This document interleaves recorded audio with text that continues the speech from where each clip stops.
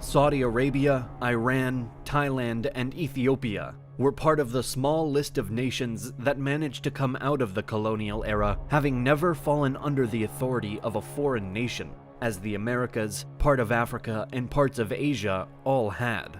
Another one of these foreign states who managed to slip through the cracks was Japan. The first thought that may come to mind when asked why Japan was never colonized may be the fact that they were actually a colonial empire themselves at one time, and this would actually be a good point. After acquiring control over the islands of Nanpo, Ryukyu, and Kurile in the 1870s through 80s, the Japanese empire began to shift its gaze further abroad.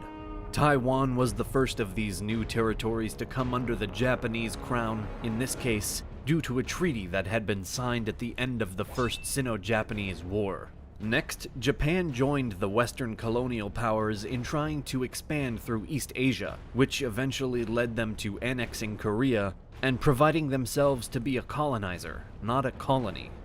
The Japanese continued on this path throughout the 20th century as well, seizing Sakhalin, some of Germany's colonial territories such as the Caroline Islands, and Manchuria.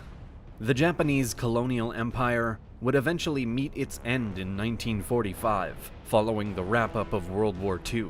But during its existence, it had made the prospect of anyone colonizing Japan itself utterly ridiculous.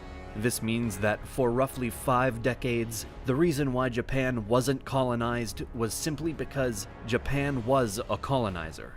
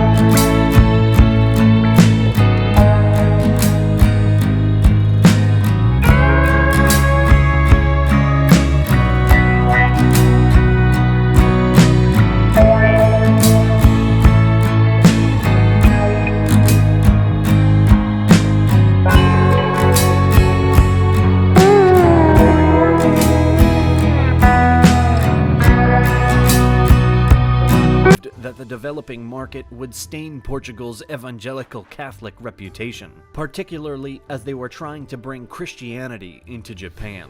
Unwilling to risk any complications it may cause any longer, Sebastian ordered a ban on the slave trade in 1571, although this didn't really do much at all. The trade continued, and Toyotomi Hideyoshi, known as the Great Unifier of Japan, was becoming increasingly angered by the entire situation. He was tired of seeing his own men and women being sold off by the hundreds, and decided to write a letter to the Portuguese Jesuit Vice-Provincial Gaspar Coelho, and informed him that his business must end and that all slaves should be returned free to Japan. Some historians view this rage to be a bit hypocritical, given that Hideyoshi was participating in a mass slave trade himself, only of Korean prisoners of war, instead of his own Japanese people. Nonetheless, Hideyoshi's anger continued to grow, and he began to blame the Portuguese Jesuits in particular. This, of course, was exactly what King Sebastian had hoped to avoid, but he had done too little, too late. At his wits' end, Hideyoshi outlawed Christian evangelization from Japan. The slave trade wasn't officially banned until 1595, and the relationship between Japan and Portugal had been severely negatively affected by the entire situation. The Japanese now saw the Portuguese, and particularly the Jesuits, as a major threat to Japan's sovereignty. By the 17th century, all ties with the potential colonial threat were severed, and the Portuguese didn't push the boundaries anymore. Although Japan did have some benefits to offer the Portuguese and other European powers potentially, it wasn't enough to make fighting back worth it. Realistically, forceful colonization of Japan would be near impossible. Not only had the Japanese purchased vast numbers of firearms from the Portuguese, but they'd also learned how to make their own. And considering the demands brought about by the Civil War period, the Japanese were ready and fully capable for battle. Additionally, Japan was a large country with a large population, especially compared to Portugal. Even for some of the bigger European powers, it would have been more of a challenge than it was worth, especially because of how far away Japan was from Europe. Trying to ship large amounts of troops, even just enough to match the local population, from anywhere in Europe over to the Japanese archipelago would not have been easy, if even possible, and there wasn't enough incentive. In terms of trade, natural resources, or any other strong motivation, Japan was simply lacking. There was nothing it had that the Europeans couldn't find, or weren't already able to get elsewhere from their pre-existing colonies. And that in itself was another factor. Portugal, Spain, and the other colonial powers were all preoccupied with their current colonies. To pull attention and possibly resources from those, any new territory would have had to been very attractive, and more so than Japan was. Lastly, things in Europe were far from peaceful, in multiple ways. For one, the array of colonial monarchies throughout the continent were not all necessarily allies.